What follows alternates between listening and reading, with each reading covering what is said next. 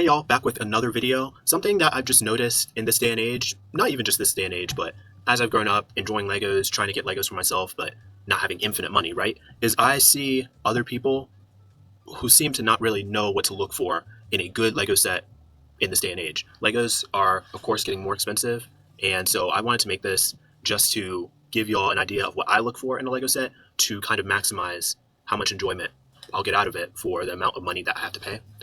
So just wanted to share that with y'all. So again, why is this important? Legos are expensive. I'm sure all of y'all know that, and the price is only going to go up. So because of that, there's a high opportunity cost for buying a Lego. So right, if I pay $40 for a Lego set, I could be getting groceries, probably not all my groceries, but I could be eating something. I could be doing a lot of things with that $40, or I could be getting a better Lego set that would give me more enjoyment, things like that. There's a high opportunity cost, so you want to make sure that you're really getting something that you're going to enjoy, or if you're getting it for a gift, something that someone's actually going to use, things like that. And we don't have infinite money. Again, that's why the opportunity cost exists. Majority of fans can't buy every set they're interested in. And I'll preface this also by saying this is not from a reseller's perspective. This is from someone who actually enjoys the Legos. So keep that in mind. So my first criterion that I look for is the set quality. The set quality itself, not the value. We'll get to that later. But how good is the set if you put your hand over the price and didn't know what the price was? You just saw this. So some things that I ask myself are, how long will the build last before it gets boring? If it's going to get boring after a week, or if it's based on a movie and the thing's in a single frame in the movie and then it's going to be boring, probably don't want to get that set. How iconic is the build? Again, that kind of ties into, hey, if it's in a single scene that you'd have to like point out to someone to know what it is, it's probably not that iconic and probably not worth your money when you could be getting a set that is like very easy to spot. Someone knows exactly what that is. You're going to look at it and be like, man, that reminds me of whatever that thing is. You want to spend your money on a set like that. How iconic are the minifigures? The minifigures are another piece to that. I'll talk about them more later as well, but if the minifigures are important to the set, then they should be iconic and be well made as well. And the big thing is, or one of the big things I see people fall for, is the set being what I call a minifigure trap. So it's a set where the actual build itself is not very interesting, not very iconic, pretty boring, but the minifigures are like, oh my gosh, I gotta get this minifigure. So it'll be a $70 set or something, and you could care less about the build, but it has that one minifigure that only comes in that set, and you're like, well, gotta get it for that set, or for that minifigure. But you're basically paying $70 for a minifigure, when you could go on like Bricklink or something, and buy that singular minifigure for like $10 or something. So gotta keep that in mind for the quality of the entire set. Second thing I look for after evaluating, hey, how does the set feel quality-wise to me, is what is the set price, and is the quality that I've given it or determined deserving of that price. Some ways that people like to do that is the price to part ratio, but the price to part ratio, the amount of pieces in a set is not equal to the quality of the set. You can have a really, really high quality, iconic, super nice set, and the price to part ratio can be off, but it still might be good quality to price wise. And something I ask myself is, am I going to feel regret after this build is finished? Like, I get done building it and it's like, oh man, I spent $150 on that. I spent my whole paycheck on this set, and that's it. Like, I don't want to have that feeling. So also, if the price to part ratio is absurd, if it's super out there, then hey, that's probably not a great set either. And the third criterion that I look for is availability projection. So this one's a bit harder to explain, but based on the set, based on the trends of previous sets that are similar, try to evaluate, hey, is this set likely to go on sale? Is this set hard to acquire while it's in production? If it's like a super big set, for example, like a Ultimate Collector Series Star Wars set, they're going to be harder to pinpoint at retailers than some of these smaller sets. Is the set going to retire soon? That's something important to know, because hey, if one set that you want is going to retire soon and another one's not, you gotta have the foresight to get the one that's going to retire first, because the other part of that is you gotta know, or gotta try and project what the expected retirement behavior of the set is going to be. So what does that mean? So once Lego retires a set, they're not putting it into production anymore, and very rarely can a set go from being retired to come back into production. I've seen it only like twice, maybe twice. So once a set's gone, it's gone. And because of that, there will be people reselling it, but they will resell it for high prices depending on what it is. Some sets, well, they won't always be high prices, but it's going to be a different price. And you want to be able to have some intuition on, hey, is this set going to go down a little bit in price? Is it going to stay the same? Or in most cases, once it stops production, it's going to go super high in price, and you want to know about where that's going to be so that you can make decisions on, hey, do I need to get the set before it retires, or can I wait? Stuff like that. And is the set likely to be remade? That's something that you should try and have intuition for as well. I said that sets are almost never come back into production, but they sometimes do remakes of sets. Star Wars is a big one where, hey, they have these iconic things from the movie from the 70s, or maybe 80s. Well, it was 1988, right? Yeah, 80s. So it was 1978. I wasn't around back then. It's one of those years. But anyway, they have to, every 5 years or so, remake like the TIE Fighter, for instance, because, hey, it's so iconic. They want to try and have a version of it on the market at any given time. So that's something to consider. And so I'm going to go through some sets that I've looked at over the years and give you my analysis of them with those criteria in mind. So this is the Solo Movie TIE Fighter, set number 75211, came out in 2018 and retailed for about $70, I'm pretty sure. So TIE Fighters, if you're a Star Wars fan, you know these are iconic. They've been around since the very beginning. And at this point in time, I did not have one. So I did want this set. I was very interested in this set. The scale of it looks very nice. Like I said, very iconic. The set itself looks good. You get the TIE Fighter pilot. You get this cool trooper. And you get Han. This wasn't the most iconic thing from the movie. And I don't remember this guy. I think his name was Tobias Beckett or something. But I could care less about these two figures. But these two and the set itself, great value, very iconic. So boom, set quality is pretty good. The price, it's $70. That's objectively not bad, but I didn't want to pay $70 for a TIE Fighter. I don't know. There were bigger things and kind of more significant things that I could get with $70, and I really didn't want to get a TIE Fighter for $70. So the price, for me personally, wasn't something I was going for, and part of why goes with the third criterion.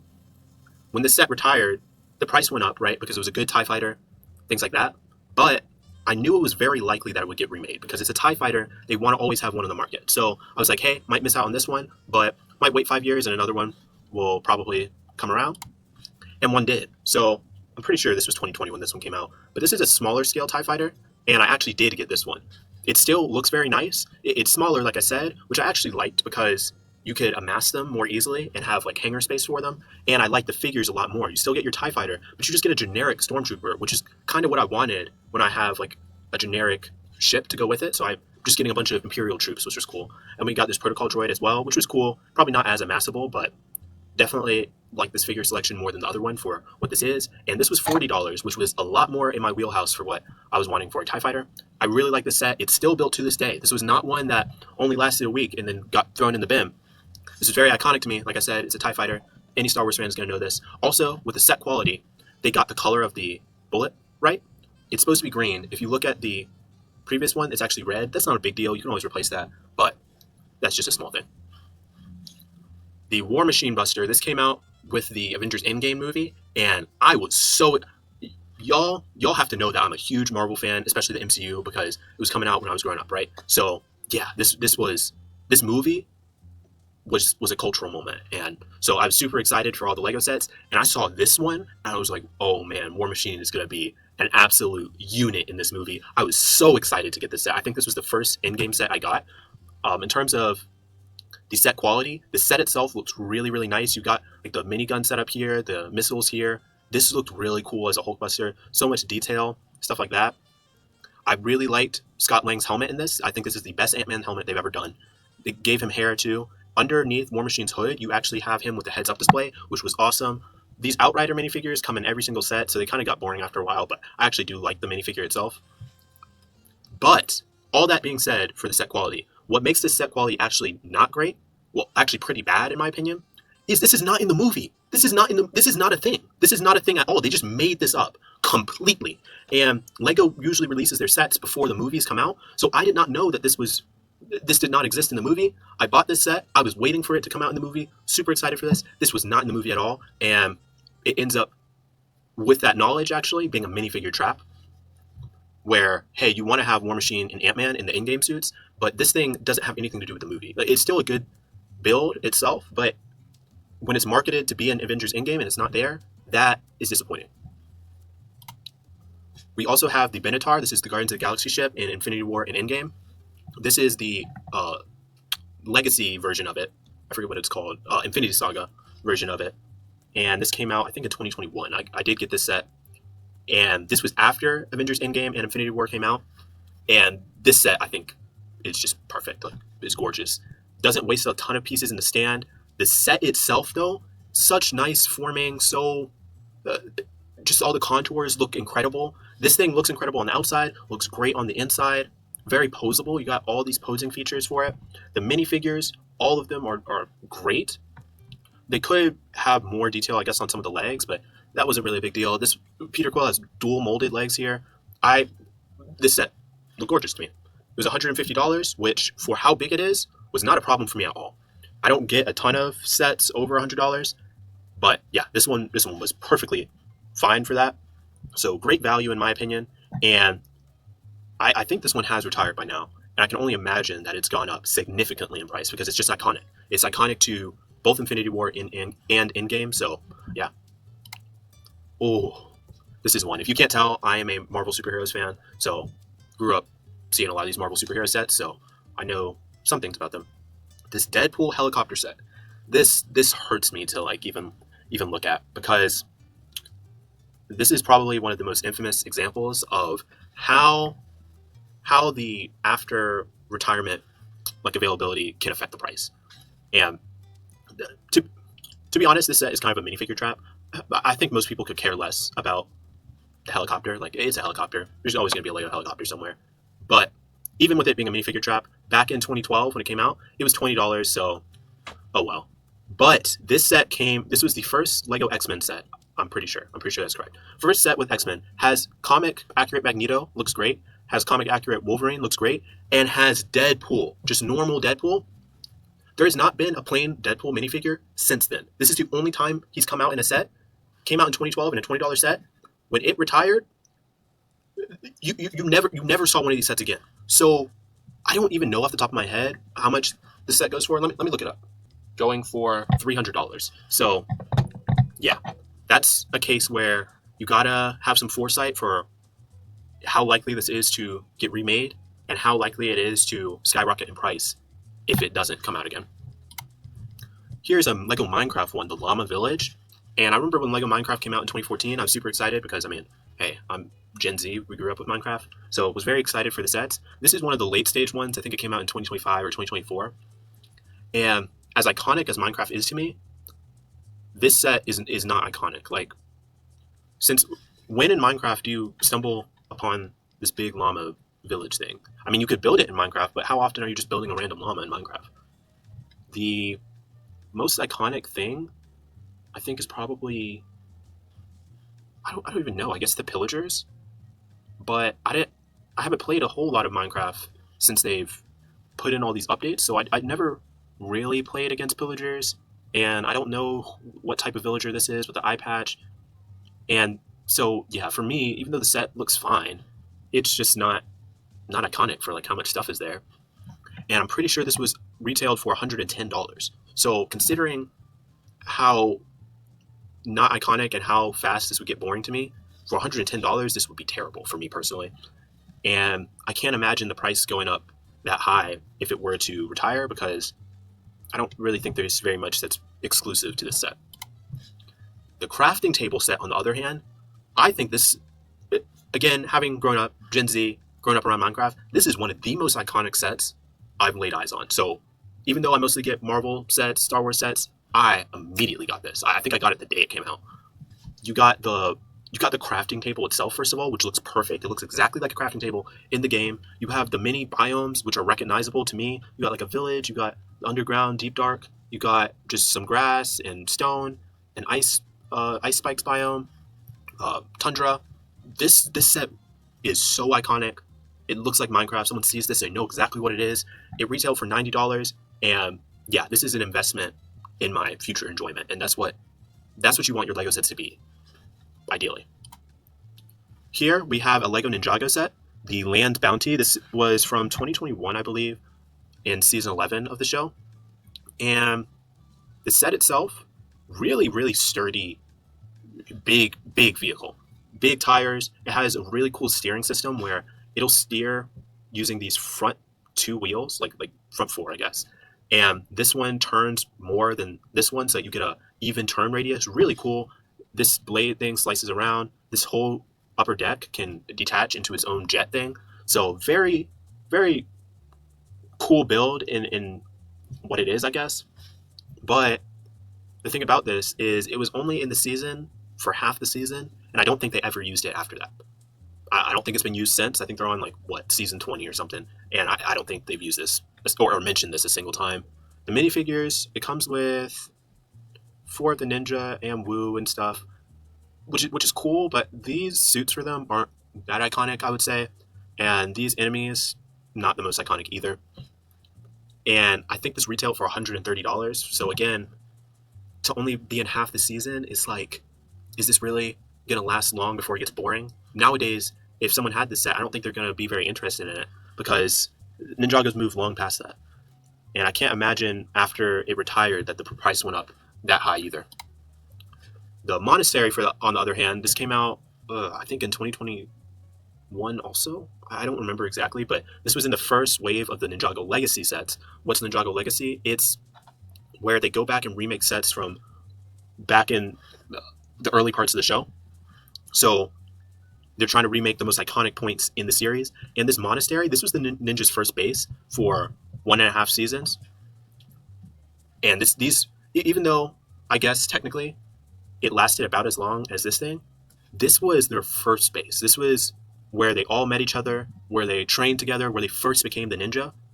And it's just so iconic for that. This was Wu's home. And they go back to this place actually years later. So very iconic.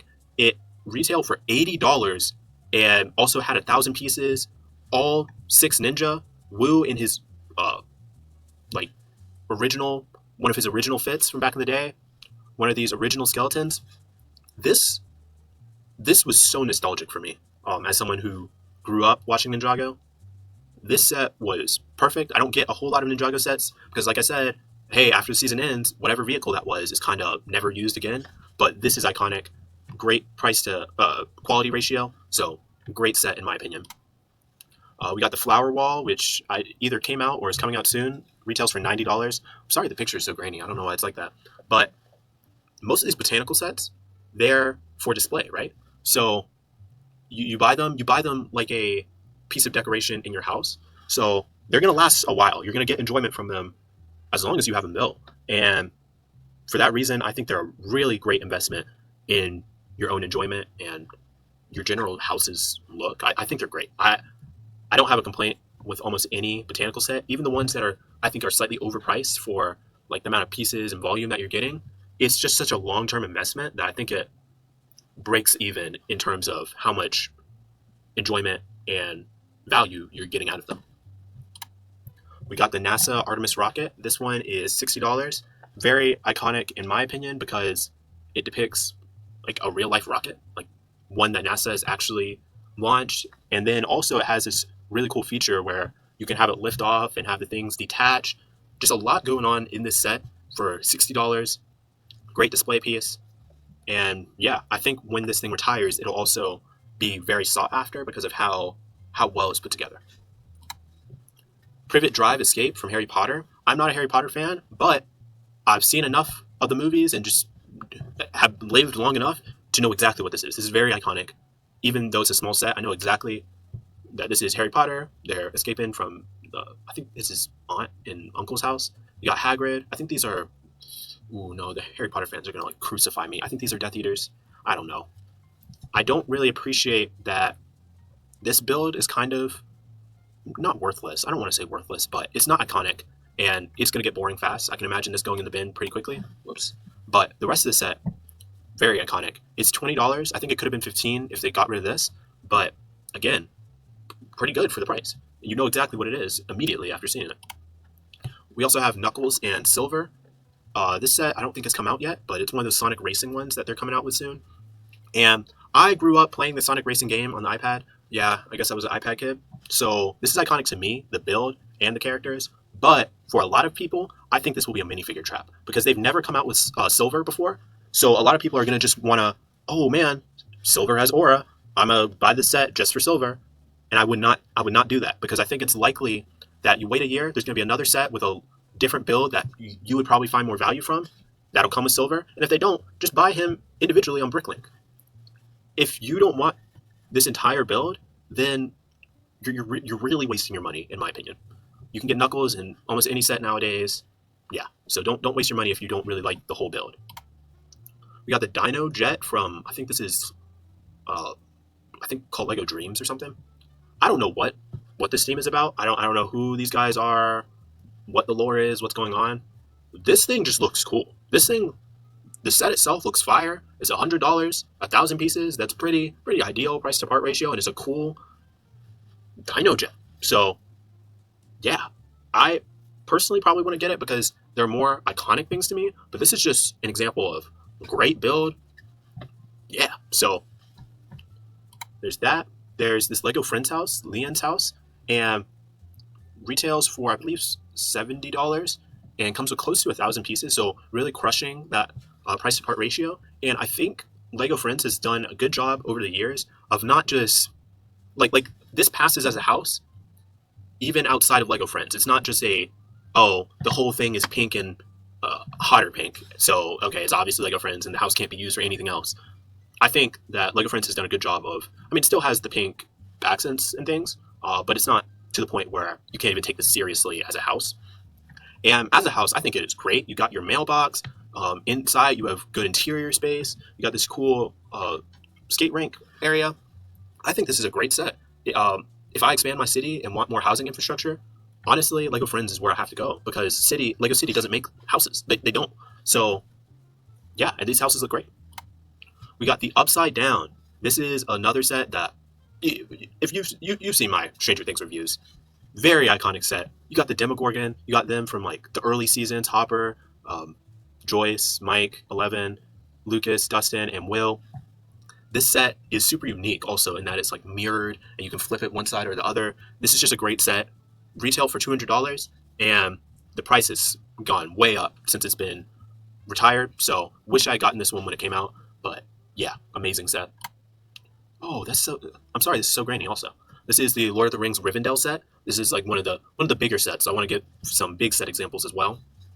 I think this one has like close to, I was going to say 6,700, which I think is what the piece count is. And it's $500. I've never heard a single person complain about this set. Super iconic to Lord of the Rings. I have never watched Lord of the Rings, but this thing looks gorgeous. It has so many characters. You got their like council here. Yeah, this set is amazing. This set is incredible. And I'm very glad that it kind of overshoots the price to part ratio in a good way, where you have more pieces than you'd expect for the price. Because you see how many tiny pieces there are. They easily could have made this $100 more. I don't even think anyone would have said anything about it. But a lot of the piece count comes from these tile pieces and these small pieces. So I'm glad that this set still does really good with the quality that you get from it for the price, even though it's so large. Y'all had to have seen this coming. So Rivendell was $500. This is $650 for 3 Pokemon. They're very iconic Pokemon, but so many pieces are in the base that is not iconic at all. It looks great, but it's not iconic, and it drives the price so high. It makes this thing $150 more than this. This looks like so much more than this, which is just so crazy to me. And again, the Pokemon look great, the base looks great, but the Pokemon are what's iconic. The base is not iconic. So I think that's not as much quality as you could be getting for the price point of the set. And then I said that the Pokemon set was $650. This is also $650. And the whole build is iconic to Lego Star Wars.